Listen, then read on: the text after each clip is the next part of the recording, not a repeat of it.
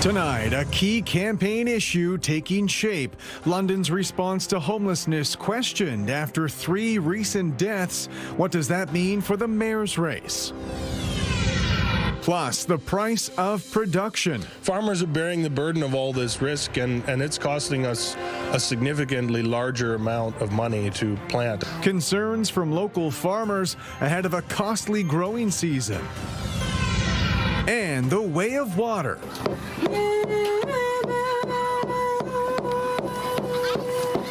Teaching the next generation about one of our most precious resources.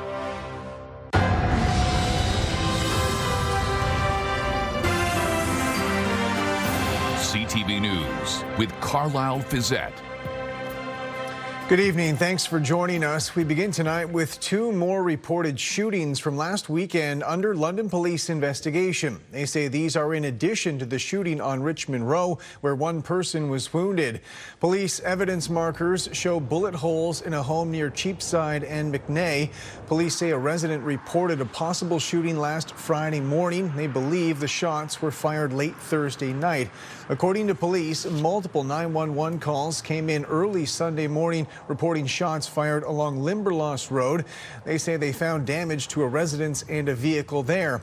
These reports come after police revealed on Tuesday they were investigating a shooting at an after-hours club on Richmond Row, where a man suffered serious but non-life-threatening injuries. They say that also happened early Sunday morning, but at this point, police have not officially linked any of the shootings. Officials with London's frontline homelessness agencies say their community is gripped by grief right now after a recent spike in deaths. It's prompting calls on candidates in this year's municipal election to make commitments to address a crisis situation. With more, here's Daryl Newcomb.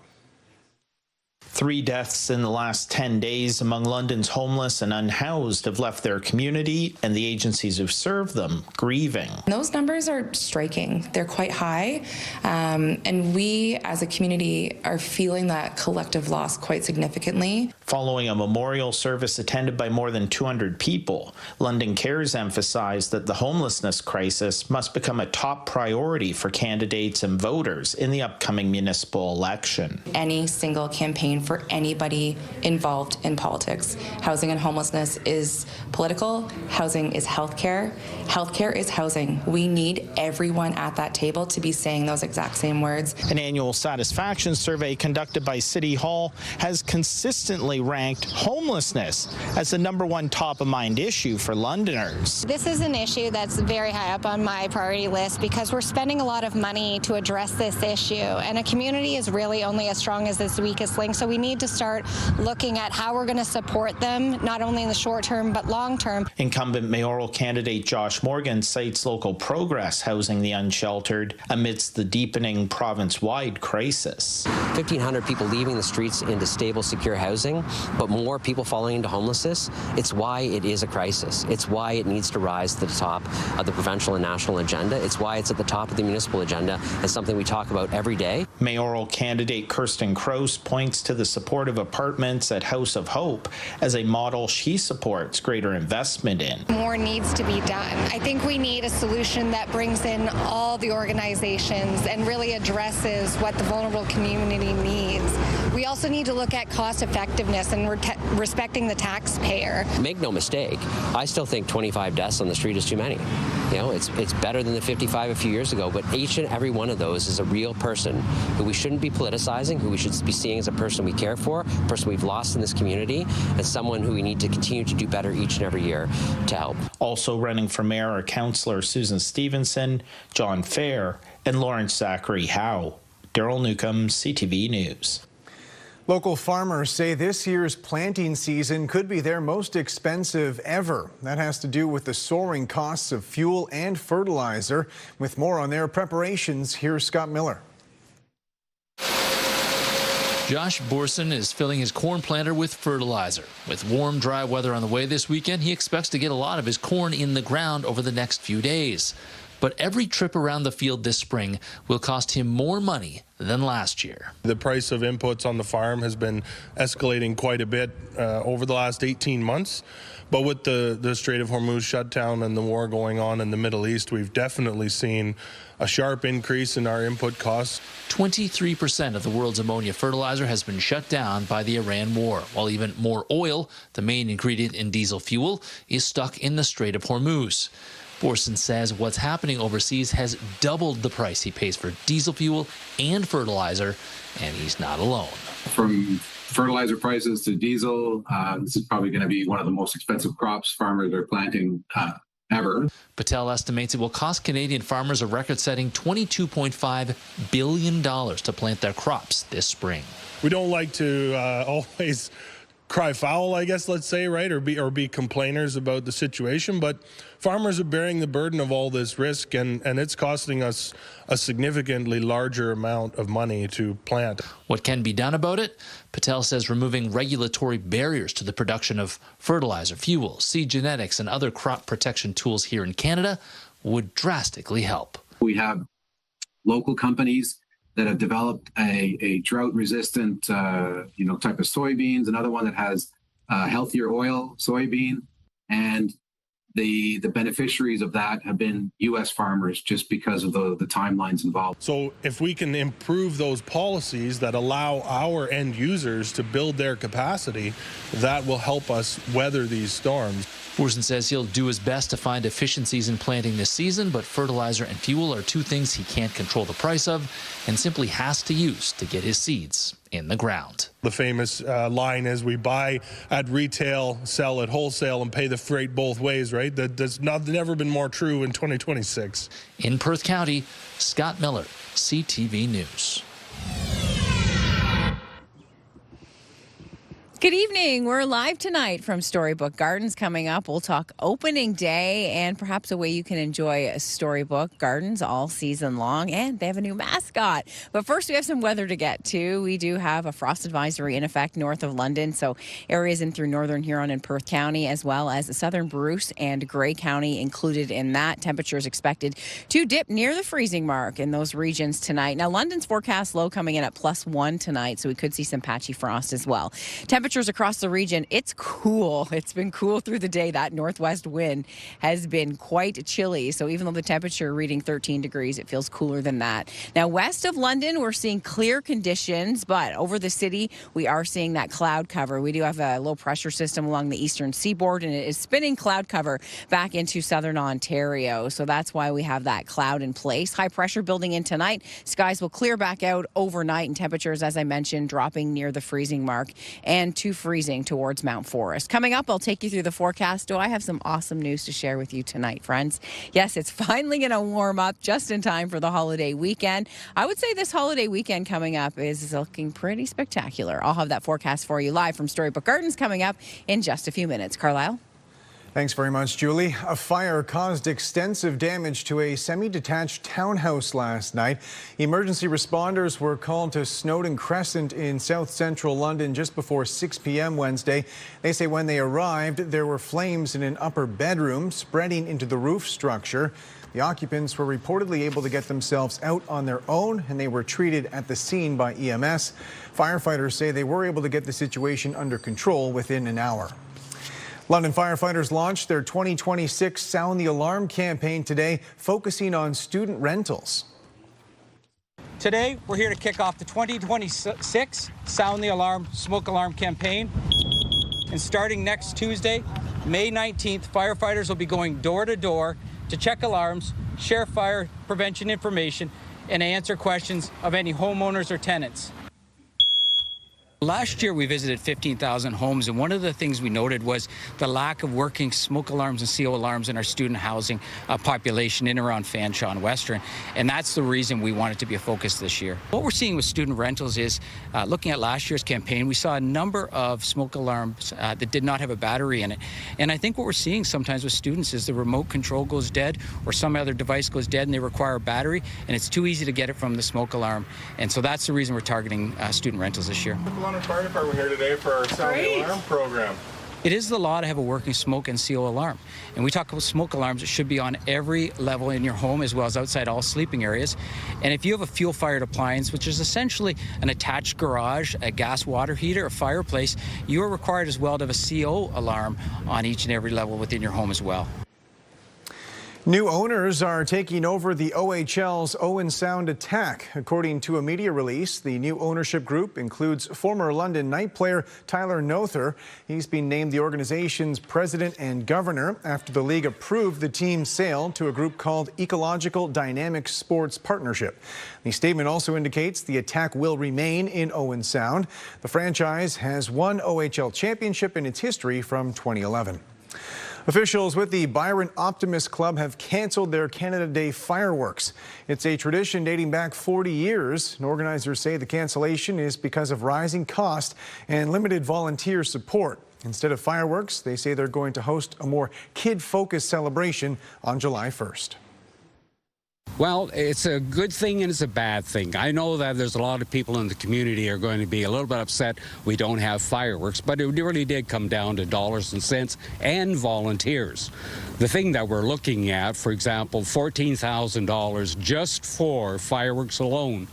You know, we could spend that money as a club giving back to the community, and that was probably one of the hardest decisions this board really had to do, because I know people are going to be upset that fireworks, but I can guarantee a fantastic candidate. Hundreds of local students are learning about water this week at the Children's Water Festival happening at Fanshawe Conservation Area. With more on their experience and the cultural teachings on offer, here's Sean Irvin. A child shrieks at the touch of cold water. This outdoor shower is designed to teach children the importance of conserving household water. It's just one of nearly 24 stations inside the Children's Water Festival at Fanshawe Conservation Area. Despite cooler temperatures that limited some activities, students from grades 2 to 5 still had ample opportunity to learn about conservation, science, protection, and technology. Here, they're going to learn where their water comes from, how it's getting to their tap, how they can take better care of it when it's here, and then as it leaves, where it's going into the world. Older students appear to get the message. Because I want to respect the environment and I want to respect the animals who live in the sea. And those in the sky and on the land. Two stations here also explain the tie between water and Indigenous communities. At this stop, kids were invited to express their understanding through art and song.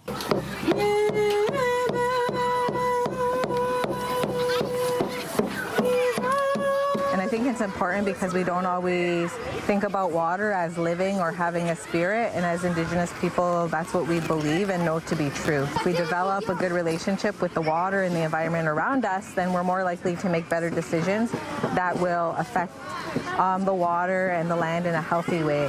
And those water conservation decisions begin when we are young. Well, I don't keep my tap on. I close it once I'm done.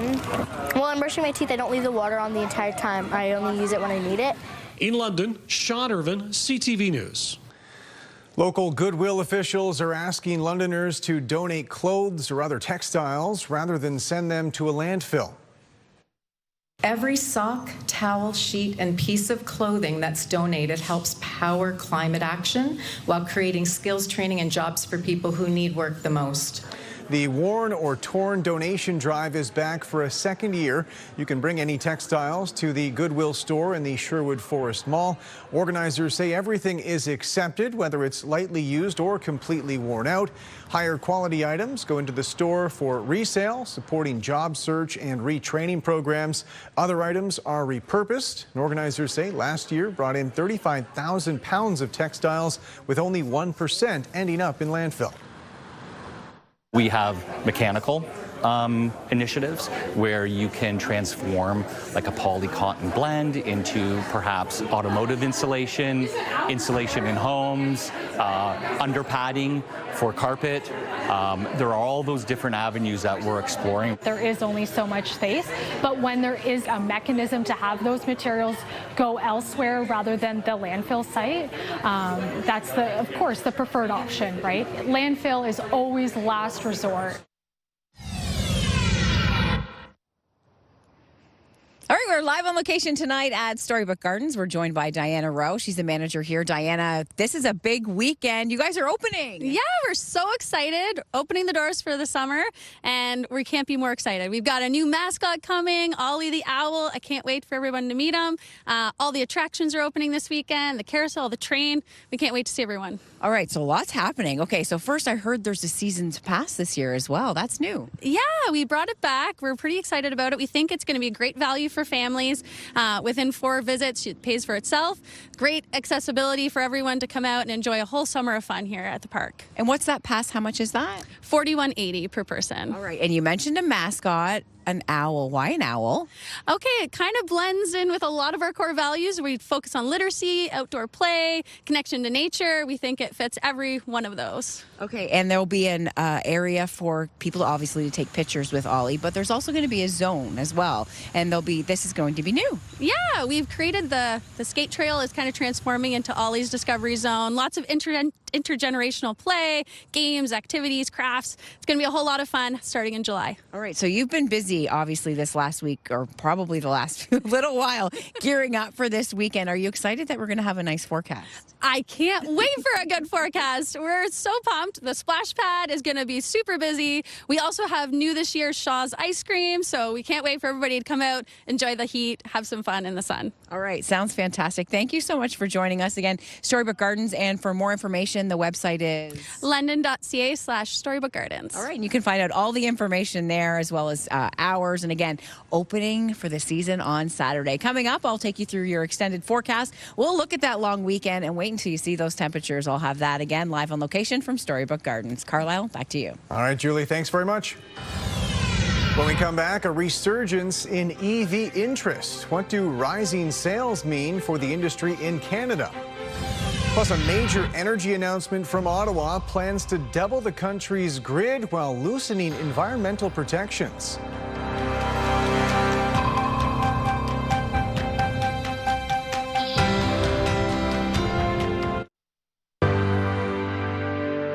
Tomorrow, London and the War of 1812. How important that stretch of road was, Commissioner's Road, enlarged as a military road. Conglomeration of 2 or 3 battles that took place over time. And they got to this spot along Commissioner's Road, got to Reservoir Hill, only to be attacked by Kentucky riflemen. It would have been mass confusion. It would have been absolute terror. Pivotal moment in our city's history. Tomorrow on CTV News. Honda officials are confirming reports they are suspending plans for a $15 billion electric vehicle project in Ontario indefinitely. They say this is part of a larger overhaul of the company's business model. According to Honda's CEO, the automaker will focus on rebuilding its business structure over 3 years, shifting focus to hybrid models instead. Honda recently posted a $2.7 billion loss, the company's first ever full-year loss. Officials say suspending the EV project will not affect current employment or production levels at the existing Ontario plant. Meanwhile, sales data shows Canadian EV purchases are up almost 75% compared to a year ago. With more on the renewed interest in electric, here's Adrian Gobriel. An acceleration in electric vehicle sales is driving a surging trend across the country. This new Statistics Canada report has revealed that in March, there were more than 21,000 new zero-emission vehicle sales in Canada, a spike of more than 74% year over year. They are in high demand. So is there a future for electrified vehicles? I mean, there's a present and a future for electrified vehicles. All Canadian.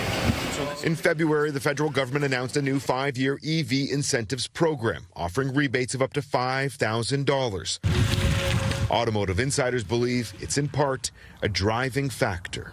the surge of gas prices and the return of the federal EV incentives is helping to drive those sales. Another variable being cited, Canadian consumers becoming more familiar and open to the idea of going green. We have consumers who have experience, their neighbors have experience with EVs, and they're trusting them. New EV sales made up more than 12% of all vehicles sold in March, up from just over 6% during the same month last year. While Honda has indefinitely suspended its $15 billion electric vehicle complex in Ontario. In St. Thomas, Ontario, construction of a massive EV gigafactory battery plant is well underway, with production set for next year. Ottawa has also opened the door for 49,000 Chinese-built electric vehicles to enter the Canadian market. Demand from budget-conscious consumers is expected to be strong. We're also hearing about exciting hybrids in the pipeline, and the variety of consumer choices is going to be building from all over the world. One roadblock impeding EV growth, according to those watching the trends, is consumer anxiety over accessibility to functioning charging stations in communities across the country. Adrian Gabriel, CTV News, Toronto. The Prime Minister announced a long-awaited clean energy strategy today, planning to double Canada's electrical grid by 2050 while transitioning to a low-emission economy. With more on that plan and how reasonable these targets are, here's Abigail Beeman. The Prime Minister amped up to deliver a long-awaited electricity strategy with a plan to double Canada's capacity. As our industries expand, our economy grows, AI accelerates, electricity demand in Canada is expected to double by 2050. So we will double our grid. The government estimates the expansion could add 130,000 high-paying jobs by 2050.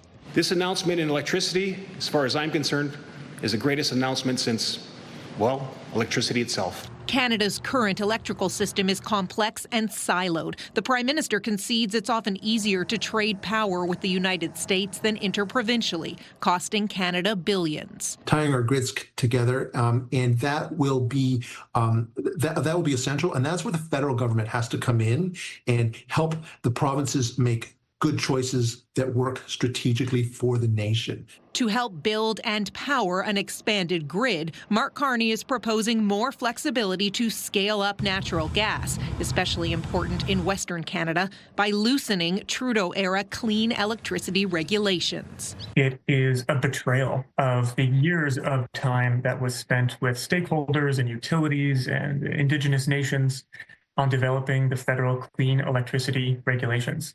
He re-announced the same electricity plan that the Liberals have used over the last decade to jack up the cost of power bills by 35%.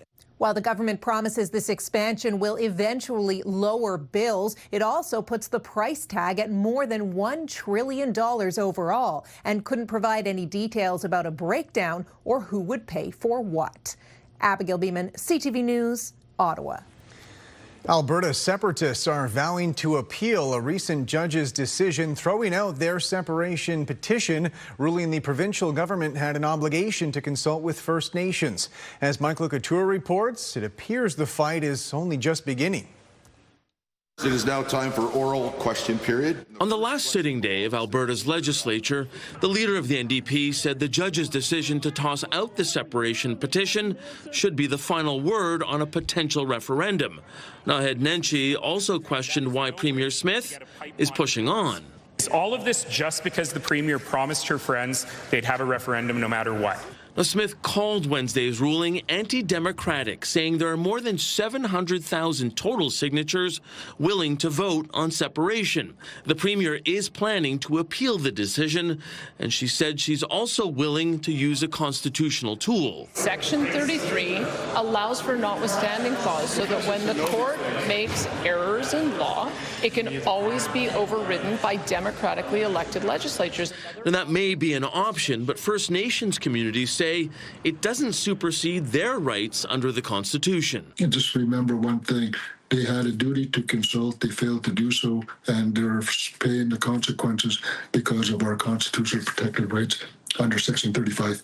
Prime Minister Mark Carney did note the Clarity Act gives Parliament a role in judging the question put to the people of Alberta. But before that, he hopes the province opts for cooperative federalism. The core thing is working with the provinces, whether it's Alberta, Nova Scotia, whichever province, whichever territory, to make the country work, and that's what this government is focused on. While her government hasn't indicated when it plans to appeal the court decision, Premier Smith continues to say she wants a sovereign Alberta within a united Canada. Mike Lecouteur, CTV News, Ottawa.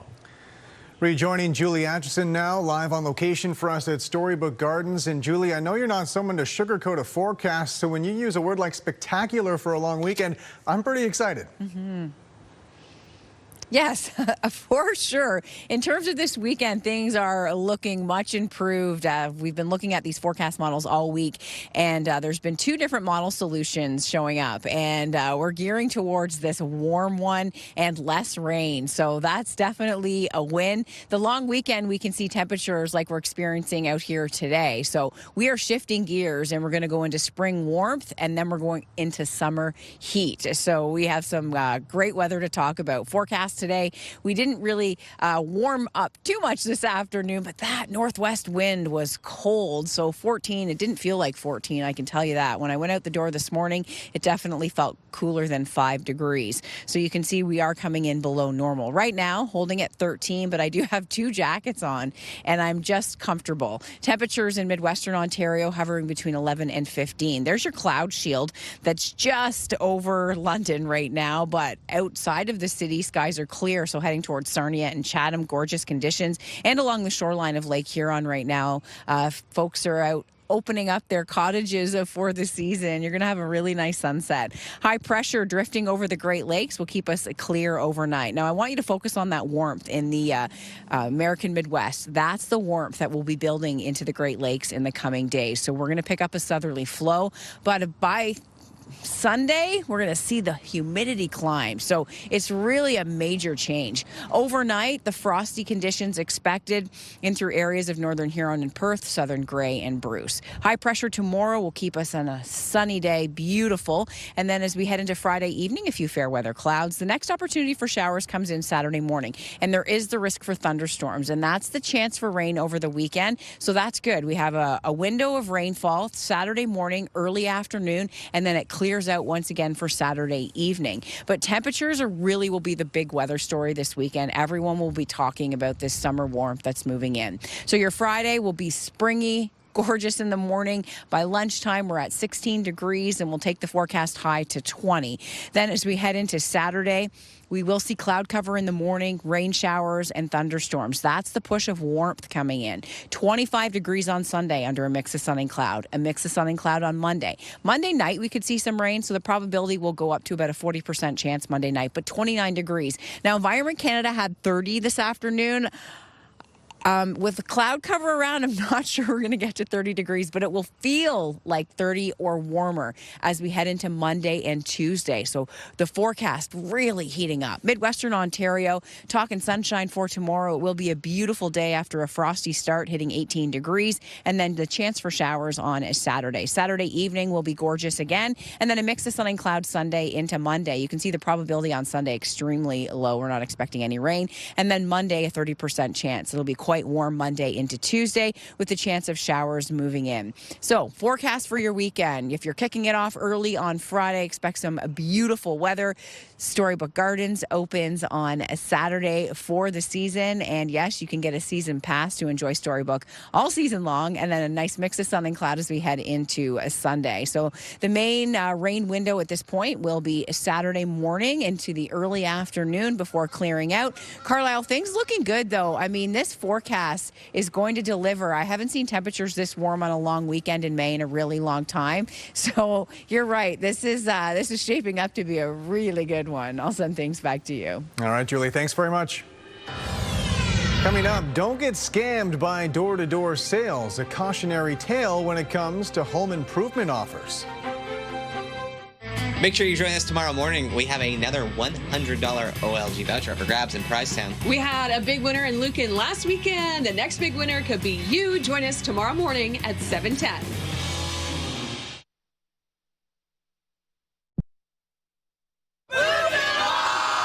Ontario's biggest country music festival is back for 2026. Enter online at ctvlondon.ca for your chance to win a 4-pack of VIP tickets plus camping to Boots and Hearts at Burles Creek Event Grounds from August 7th to the 9th.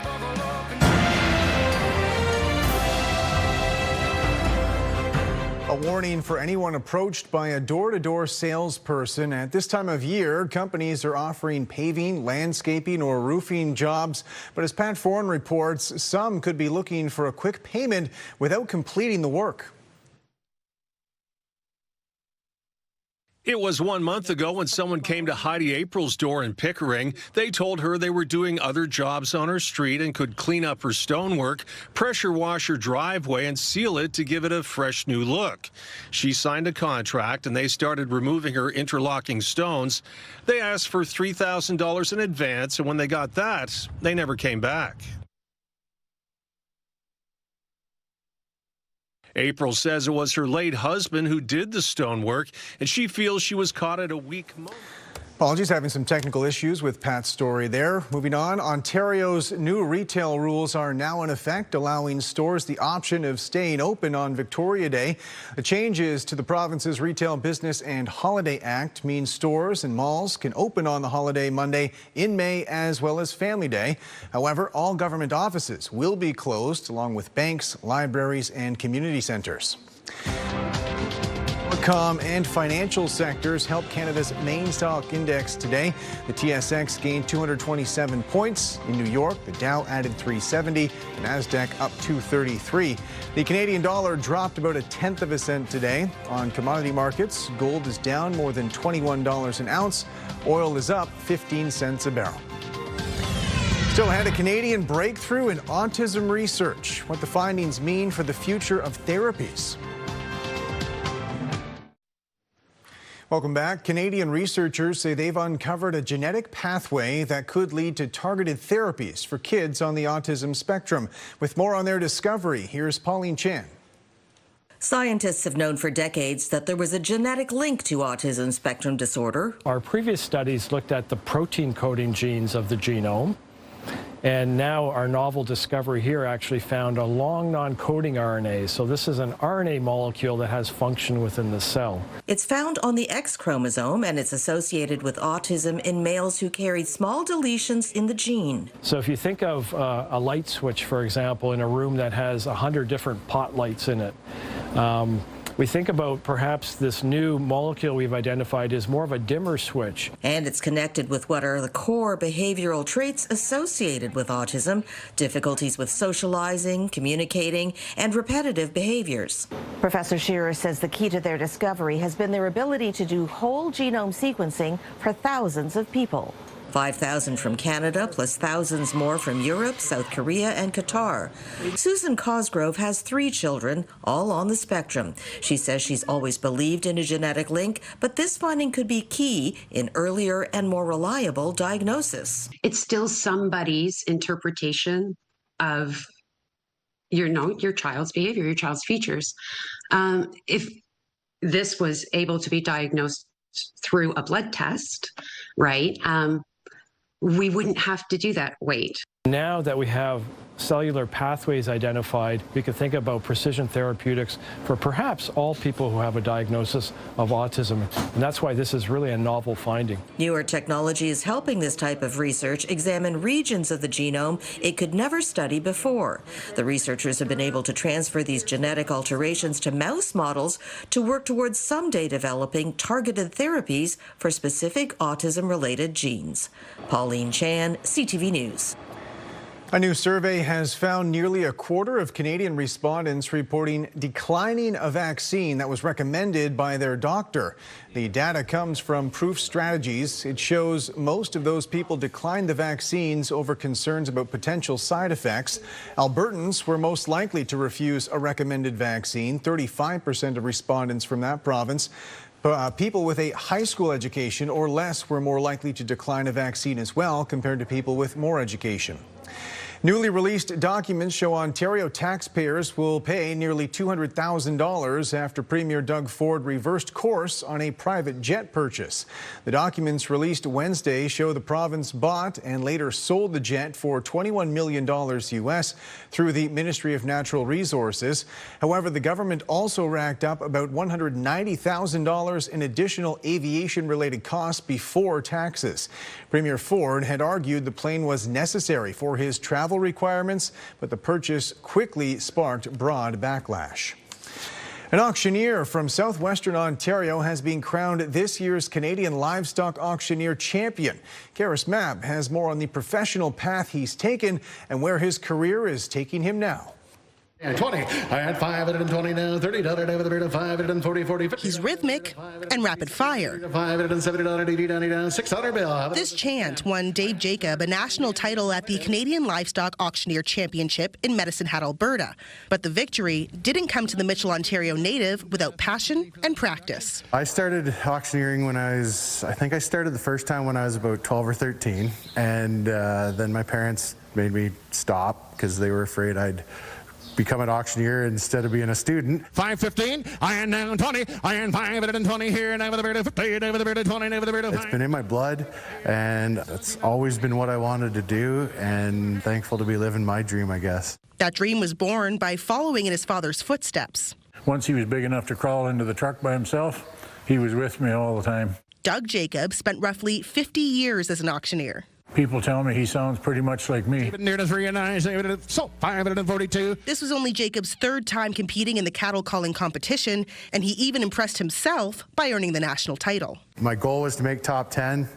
Did that. When I made the top 10, you want to make top 5. So I did that too, I guess, and came out on top. It was pretty wild, and I'm pretty thankful. This year's winner of the Canadian Championships is 525 again, Dave Jacob. It was a very close competition, but Dave came out on top, and he's a very good quality auctioneer. And so for his third time to the national competition, I thought he did exceptionally well. With 41 auctioneers competing, certain criteria was top of mind for the judges. Control of your voice and control of your breathing. You have to have product knowledge. You have to know what you're selling and what they're worth on the market that particular day. A relatively niche profession that Jacob says will always be needed. Whether it's livestock or a tractor or grandma's teacup here, an auction brings out what the true value of that item is. And now, his next goal on the horizon. The 40-year-old will be competing at the Calgary Stampede in July for the international installment of the event. Karis Mapp, CTV News, Mitchell.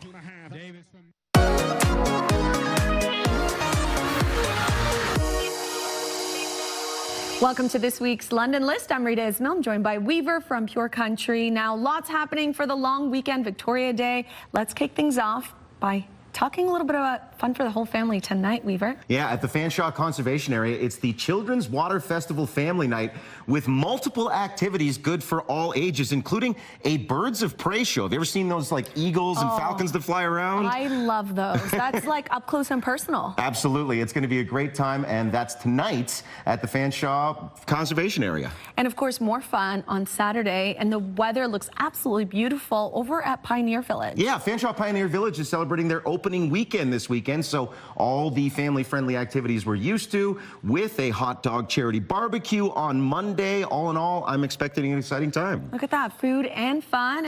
And what would be a long weekend without fireworks? Although we don't have a show in downtown London, we still have something really cool. Yeah, Westminster fireworks at Nicholas Wilson Park will be taking place. And you know what? I love fireworks. I'm thinking about popping by myself. And you're in luck because, again, it actually looks like a dry May 24 weekend. Thanks so much, Weaver. Thank you. That's it for this week's London List.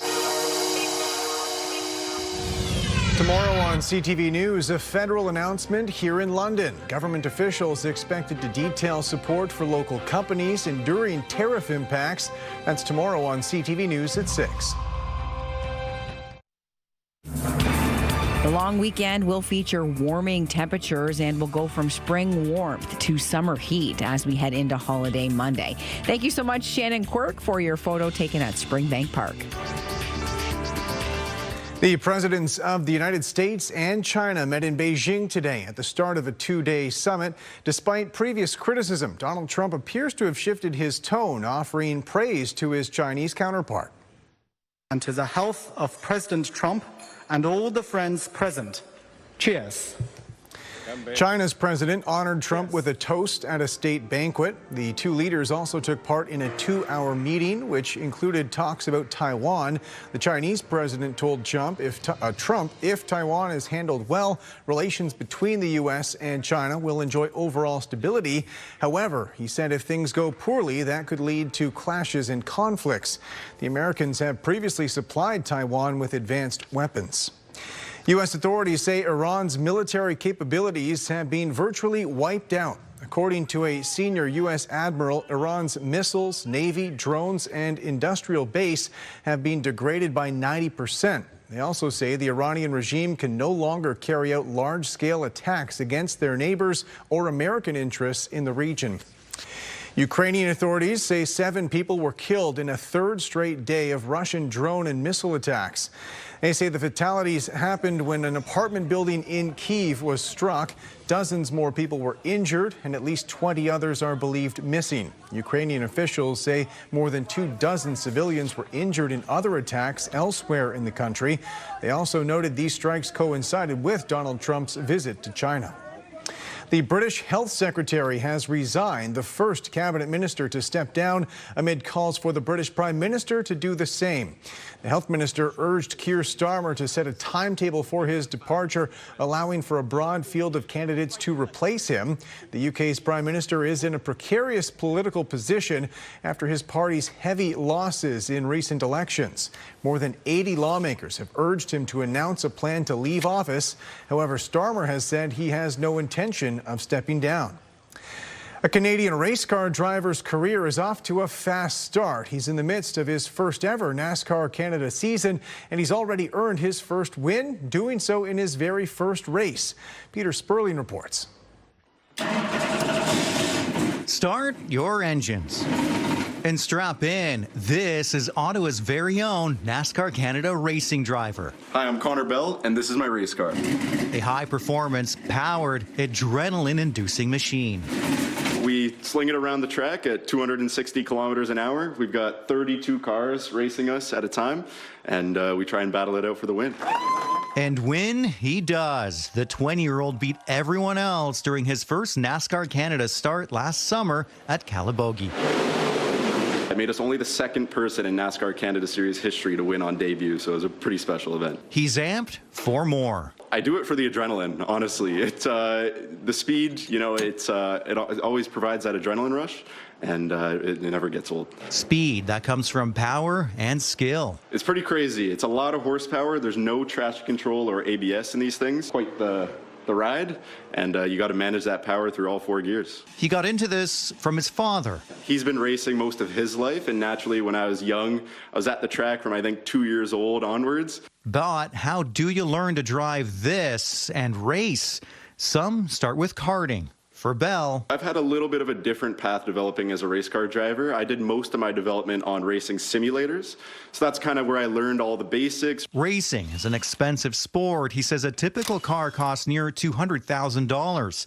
That's where a title sponsor, Diamond Storage, representing the Diamond Foundation, comes in. We were only able to do this because of our wonderful sponsors. He's kicking off this season at Canadian Tire Motorsports Park in Bowmanville near Toronto, and enthusiastic about this season. Really looking forward to putting on a show. Peter Sperling, CTV News. Kick off your long weekend with us, 8 a.m. Saturday morning. It's Weekend Spotlight. There's a great event coming up on the 21st at Bowler Mountain from 4 to 7 p.m. It is called Behind the Line. Find out what life is like as a first responder and help raise funds for their mental health. We are also going to find out about London sport tourism, and we'll bring back some interviews with Rita Ismail and Brent Lale. See you then.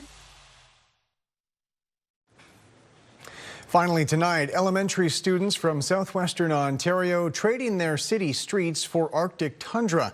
They took part in an exchange program with an Inuit community heading to the far north themselves after hosting students from that remote part of the country. With more on their experience, here's Spencer Turcotte.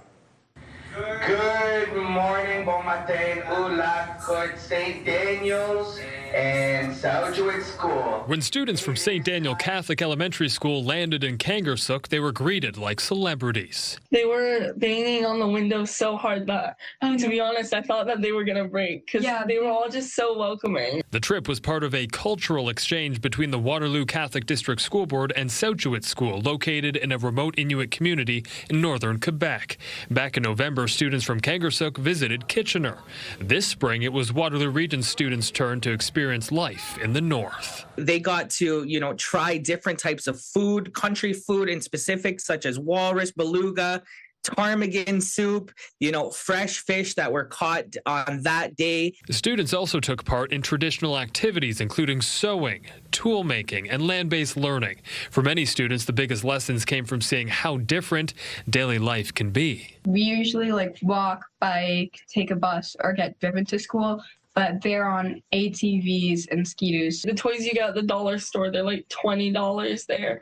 And the Pop-Tarts, 4 Pop-Tarts, they're like $20. Everyday items at school are much more valuable too. There's a shocking difference that they only get supplies 3 times a year. Kangarsuk students were just as excited to share their culture. I was excited to teach them how to make headbands and snow pants. We made bannock and they loved it. Yeah. The exchange highlighted their similarities just as much as their differences, resulting in lasting friendships. I talk to them mostly every single day by Snapchat. School leaders say the experience went far beyond the classroom. It's a once-in-a-lifetime experience, and I'm still in my brain unpacking.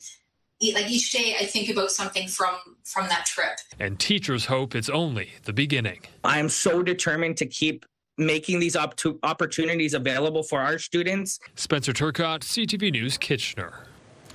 That's it for us. Thanks for watching. For your latest local headlines, you can always head to our website. For all of us at CTV News London, I'm Carlyle Fiset. Have a good night.